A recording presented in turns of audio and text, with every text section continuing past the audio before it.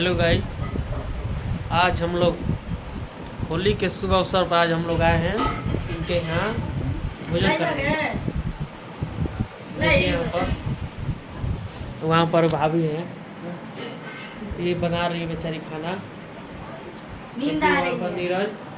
वहाँ पर नीरज है, तो बेचारा उसको पहचानते ही होंगे, अच्छा खासा नाम है रुद्र। देखिए यहाँ पर, देखिए इनका चेहरा ये डाकू जैसे लग रहा है। आज ये मेरा पहला ब्लॉग है, ब्लॉग ही बोला जाता है जी। जी चलिए, थोड़ा मिस्टेक हो जाता है।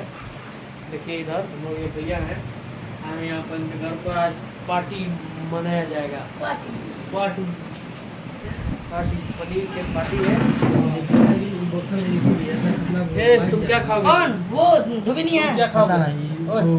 तुम क्या खाओगे? चक्कर की मुँह वाली ना, उसको बहुत ये चौड़ा मेरा है। दोस्त अपना भेंट कराते हैं। जी धोबिन है, उससे पूछिए ना, मैडम सबका डिटेल रख चुके हैं।